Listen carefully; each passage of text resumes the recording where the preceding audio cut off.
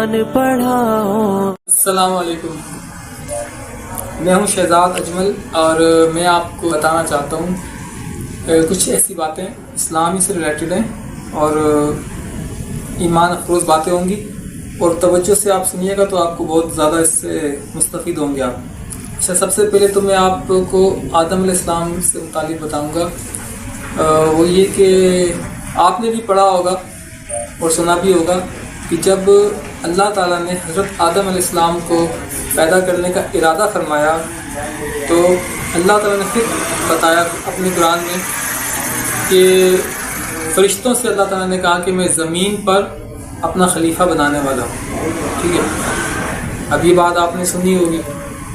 تو اللہ تعالیٰ نے کیا فرمایا تھا؟ زمین پر اپنا خلیفہ بنانے والا ہوں. لیکن اللہ تعالیٰ نے جب آدم علیہ السلام کو پوری طرح بنا دیا اور ان میں روح پھونکی تو پھر ان کو جو ہے زمین پر نہیں بھیجا تھا اس وقت، بلکہ کہاں بھیجا تھا؟ جنت میں بھیج دیا تھا.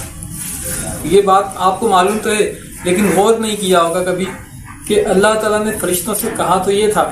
کہ میں زمین پر نائب بھیجنے والا ہوں. جنت کا ذکر کیا تھا جو اللہ تعالیٰ نے ہمیں بتایا قرآن میں، کیونکہ اللہ تعالیٰ نے بتایا ہمیں کہ اللہ تعالیٰ نے فرشتوں سے جب کہا کہ میں زمین پر اپنا ایک خلیفہ بنانے والا ہوں، تو فرشتوں نے پھر جو آگے سے بات کی تھی میں وہ بات نہیں کر رہا. میں صرف یہ بتا رہا ہوں کہ اللہ تعالیٰ نے جو پہلے جو ہے ان کو زمین پر بھیجنے سے پہلے جنت میں بھیج دیا تھا،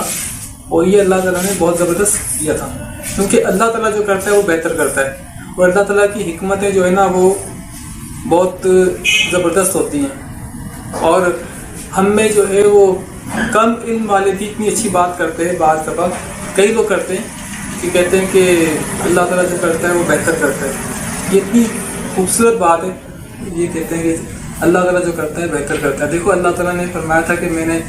زمین پر اپنا نائب بھیجنے والا ہوں، لیکن اللہ تعالیٰ نے ان کو بھیج دیا جنت میں. اور جنت میں جب اللہ تعالیٰ نے ان کو رکھا، آدم علیہ السلام کو، صرف آدم علیہ السلام پر اللہ نے تکلیف کیا تھا، حوا علیہ السلام کا بھی ذکر نہیں کیا اللہ نے. یہ بھی آپ نے شاید غور نہیں کیا ہوگا کہ اللہ تعالیٰ نے کہا تھا کہ میں خلیفہ بناؤں گا کہاں پہ؟ زمین پہ.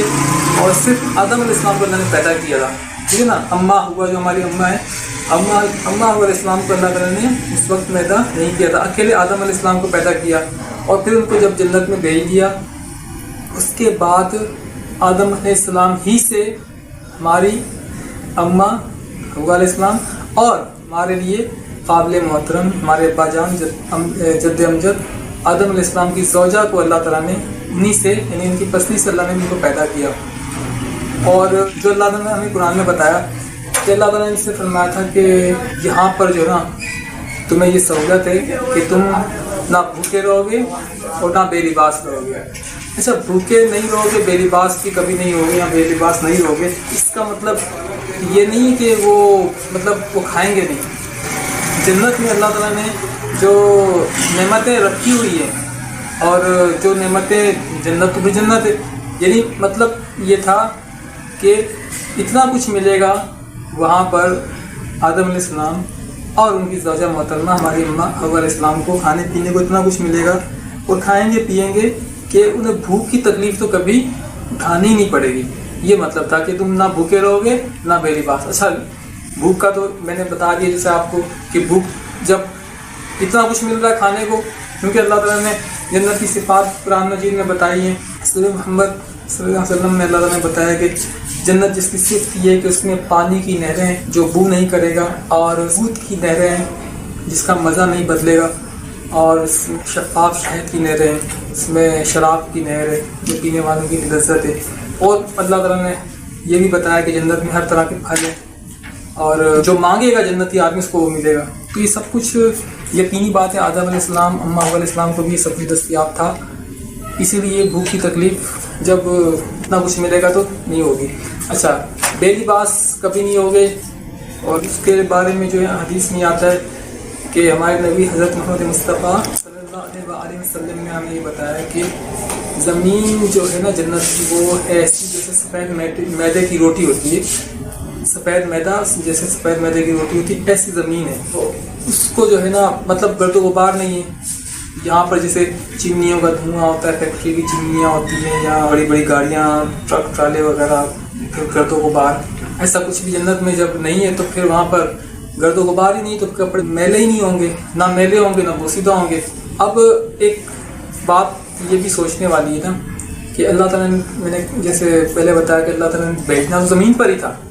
اللہ تعالیٰ نے آدم علیہ السلام کو بھیجنا زمین پر ہی تھا، لیکن جنت میں پہلے رکھا، بعد میں ان کو اتارا زمین پر۔ اور آپ اگر یہ اپنے اوپر یہ بات سوچیں کہ اگر آپ کو یا مجھے کسی کو بھی شروع میں جب ہم چھوٹے سے بچے ہوتے ہیں ہمیں بہت آسائشیں ملی ہیں، جیسے کہتے ہیں نا، مثال دیتے ہیں کہ نا بھائی سونے کے چمچے سے جو ہے نا یہ مطلب کھاتا ہے، اس طرح سے اس کی پرورش ہوئی ہے اتنی شاہانہ انداز میں۔ تو اب اتنی شاہانہ انداز میں اگر کسی بچے کی پرورش ہو کہ سونے کے چمچ میں وہ کھائے، بہت عالیشان گھر میں رہے، فارم ہاؤس ہو اس کا، اور پھر کو جو ہے وہ کچھ عرصے بعد کو جو ہے وہاں سے عزت کے ساتھ ہی مطلب اس کو کہا جائے کہ آپ کو ہم باعزت یہاں سے نکال رہے ہیں اور آپ کو جو ہے کچھ وقت کے لیے چھوٹے سے گھر میں آپ کو رہنا پڑے گا، لیکن کچھ شرائط آپ کے ساتھ لگا رہے ہیں کہ یہ چھوٹا گھر ہے، اس کے مقابلے میں تو بالکل ہی چھوٹا تھا، چھوٹے سے گھر میں اس کو رکھ دیا جائے اس بچے کو جب کہ وہ جوان ہو جائے، اور اس کو کہا جائے کہ بھائی آپ نے جو نا یہ شرطیں ہیں، شرائط ہیں، ان کو پورا کرنا ہے، اور پھر کچھ مدت کے بعد یا مہینے بعد، سالوں بعد آپ کو دوبارہ سے اسی عالیشان فارم ہاؤس پر، میں آج کے دور کے حساب سے مثال کی بات کروں، آپ کو رکھ دیا جائے گا۔ اب جس انسان نے بچپن ہی سے اتنی آسائشیں دیکھی ہوں اور وہ اتنی مطلب کھانے پینے کی تنگی نہ ہو، پھر اس کو جو ہے وہ بالکل چھوٹے سے گھر میں اگر چھوڑ دیا جائے تو اس کو یاد تو آئے گا نا، اور پھر جو اگر اس کے لیے کچھ شرطیں لگا دی جائیں ایسی جو اس کے لیے کرنا مشکل بھی نہ ہو، شرائط کو پورا کرنا اس کے لیے مشکل نہ ہو، تو پھر تو اس کے لیے کوئی مشکل بات ہی نہیں ہوگی ان شرائط پہ عمل کرنے، کیونکہ وہ دیکھ چکا ہے، رہ چکا ہے ایسی آسائشوں میں کہ جہاں وہ ضرور جانا چاہے گا دوبارہ سے۔ بالکل یہی سچویشن ہے، آدم علیہ السلام کو اللہ تعالیٰ نے پہلے جنت میں رکھا، ہر قسم کی آسائش تھی، بھوک کی تکلیف نہیں تھی، کیوں نہیں تھی وہ میں نے بتا دیا کہ سب کچھ کھانے کو جب مل رہا تھا بھوک لگنی نہیں تھی، جب جائیں گے اللہ تعالیٰ ہم سب کو نصیب فرمائے۔ پھر جب جنت میں اللہ تعالیٰ نے آدم علیہ السلام اور اماں حوا علیہ السلام کو جب اللہ تعالیٰ نے زمین پر بھیج دیا، اب خطا کا تو سوال ہی پیدا نہیں ہوتا نا پھر، کیونکہ جب اللہ تعالیٰ نے قرآن میں بتایا کہ جب ہم نے ان کو زمین پر اتارا تو پھر اللہ تعالیٰ نے بتایا کہ جب میرے پاس سے تمہارے پاس جب بھی کوئی ہدایت کی بات آئے گی تو تم نے اس کو فالو کرنا ہے، اس کی پیروی کرنی ہے، اور پھر بدلے میں جو ہے نا دوبارہ سے ہی وہی، یعنی جب اللہ تعالیٰ قیامت برپا فرمائے گا، فیصلے کا دن قائم ہوگا، تو دوبارہ سے اللہ تعالیٰ اسی بہشت میں، جنت میں اللہ تعالیٰ داخلہ فرما دے گا۔ لیکن اب زمین پر ٹھہرنا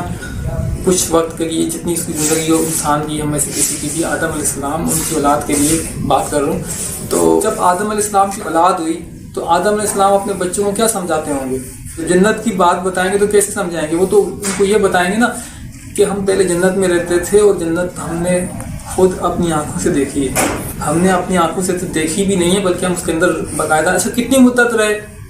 جنت میں؟ اماں حوا علیہ السلام، آدم علیہ السلام کتنی مدت تک رہے؟ یہ بات اللہ تعالیٰ نے بتائی، قرآن میں اللہ نے نہیں بتائی، مدت کتنی رہے یہ تو اللہ تعالیٰ نے نہیں بتایا۔ اچھا جو بات اللہ تعالیٰ اگر نہ بتائے نا، عموماً ایسا ہی ہوتا ہے کہ اس کو جاننے کی بھی ضرورت نہیں ہوتی ہے، عموماً ایسا ہی ہوتا ہے، جیسے کہ اس میں بھی جو ہے ہمیں کوئی ضرورت نہیں ہے یہ بات جاننے کی کہ اللہ تعالیٰ نے آدم علیہ السلام اور ان کی زوجہ ہماری اماں علیہ السلام کو جنت کے اندر کتنی مدت تک رکھا، یہ بات ہمیں جاننے کی ضرورت بھی نہیں ہے۔ اور میں یہاں حدیث کے حوالے سے آپ کو بتا دوں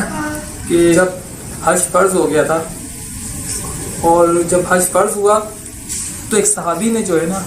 ہمارے پیارے نبی حضرت محمد مصطفیٰ صلی اللہ علیہ وآلہ وسلم کے ایک صحابی نے جو ہے وہ سوال کیا، یا رسول اللہ حج جو ہے وہ زندگی میں ایک مرتبہ فرض ہے یا ہر سال ہی حج کرنا فرض ہے؟ اس بات پر ہمارے نبی حضرت محمد مصطفیٰ صلی اللہ علیہ وسلم کے چہرے پر بڑی ناگواری آئی تھی، مطلب ان کو بہت ناگوار لگا تھا یہ سوال، اور ناگواری چہرے سے بالکل نمایاں ہو گئی تھی۔ پھر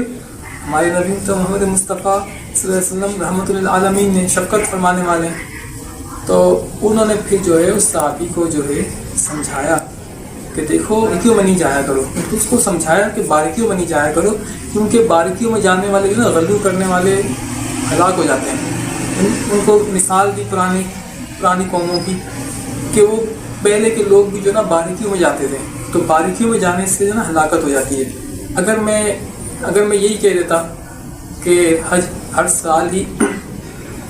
فرض ہے تو پھر اللہ تعالیٰ نے اس کو ہر سال ہی فرض کر دینا تھا. کام کا حکم دیا جائے اس کو بس کر لو. اس کو کا نام بھی واقعہ ہے گائے بھی ایسے ہی ہے. اس کا قاتل کا پتہ نہیں چل رہا تھا.